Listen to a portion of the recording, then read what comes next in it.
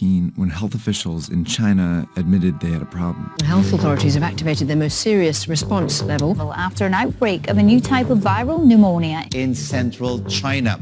A rapidly growing number of people were developing a dry cough and fever before getting pneumonia. And for some, it turned fatal.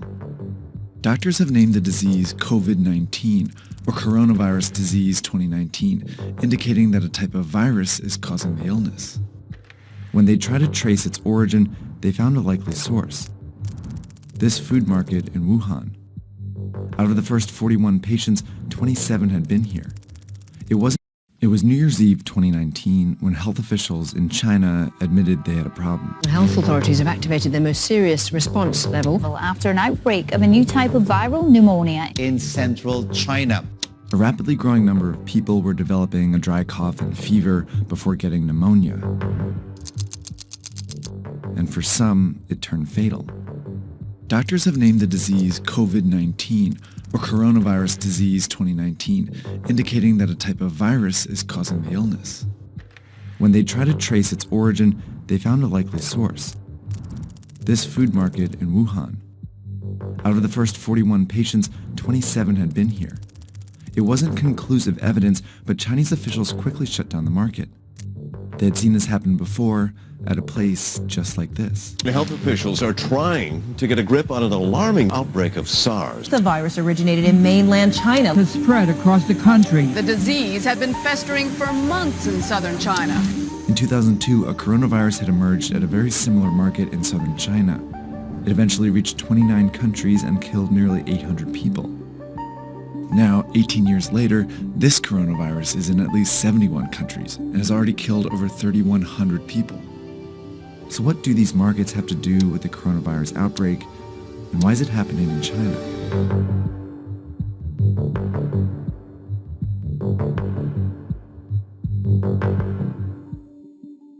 A lot of the viruses that make us sick actually originate in animals. Some of the viruses that cause the flu come from birds and pigs. HIV/AIDS comes from chimpanzees.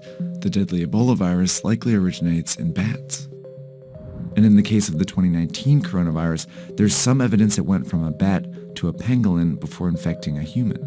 While viruses are very good at jumping between species, it's rare for a deadly one to make this journey all the way to humans. That's because it would need all these hosts to encounter each other at some point. That's where the Wuhan market comes in. It's a wet market. A kind of place where live animals are slaughtered and sold for consumption. It was not a surprise at all, and I think that it was not a surprise to many scientists. Peter Lee is a professor and expert on China's animal trade. The cages stack above one over another.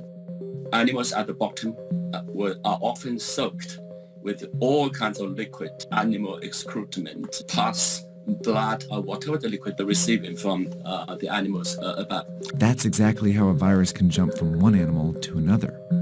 If that animal then comes in contact with or is consumed by a human, the virus could potentially infect them.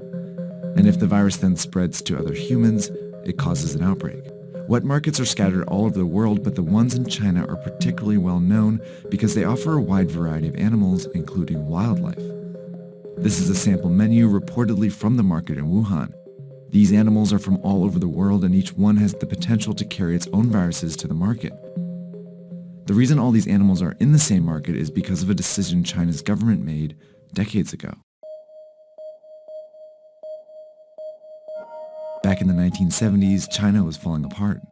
Famine had killed more than 36 million people, and the communist regime, which controlled all food production, was failing to feed its more than 900 million people. In 1978, on the verge of collapse, the regime gave up this control and allowed private farming. While large companies increasingly dominated the production of popular foods like pork and poultry, some smaller farmers turned to catching and raising wild animals as a way to sustain themselves. At the very beginning, it was mostly peasant household backyard operation of turtles, for example. That's how wildlife farming started to get off the ground. And since it started to feed and sustain people, the Chinese government backed it. So it was imperative for the government to encourage people to to make a living through whatever productive activities they can find themselves in. You can lift yourself out of poverty. No matter what you are doing, that's okay. But then in 1988, the government made a decision that changed the shape of wildlife trade in China. They enacted the Wildlife Protection Law, which designated the animals as resources owned by the state and protected people engaged in the utilization of wildlife resources. That's one of the most devastating problems of the law, because if you designate the wildlife as a natural resource, that means it is something you can use for human benefits. The law also encouraged the domestication and breeding of wildlife. And with that, an industry was born. Small local farms turned into industrial-sized operations. For example, this bear farm started with just 3 and eventually grew to more than 1,000 bears. Bigger populations meant greater chances that a sick animal could spread disease.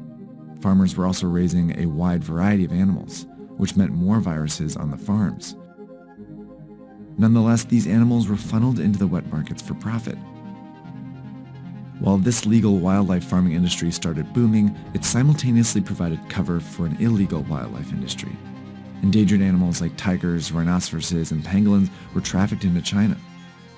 By the early 2000s, these markets were teeming with wild animals when the inevitable happened.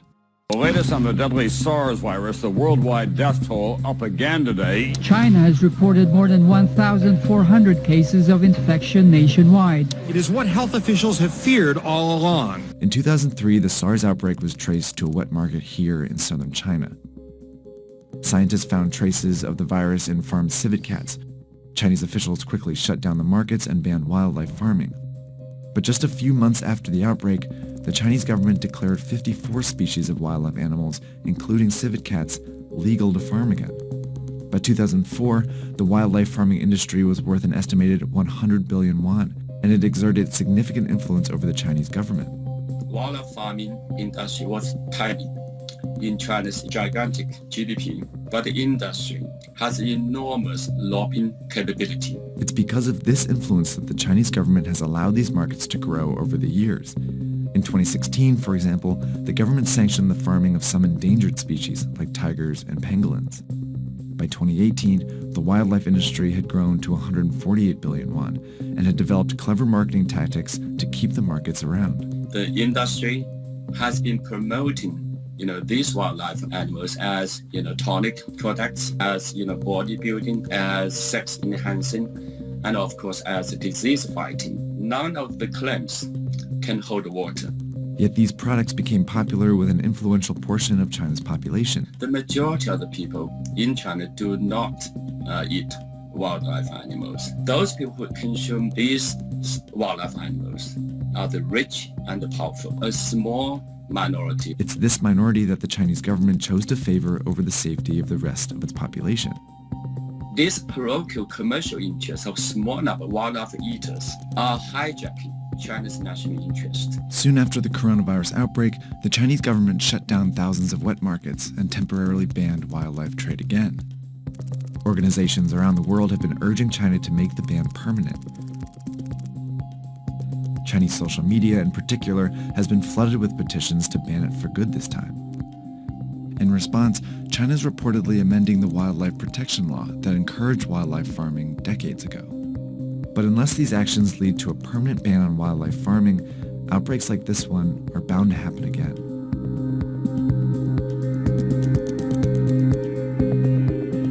For a bunch more information about China's wet markets, viruses, and wildlife, we have an episode on our Netflix show called The Next Pandemic Explained. It talks about why a coronavirus could spark the next pandemic and what the world's experts are doing to stop it. That's on our Netflix show Explained. Check it out.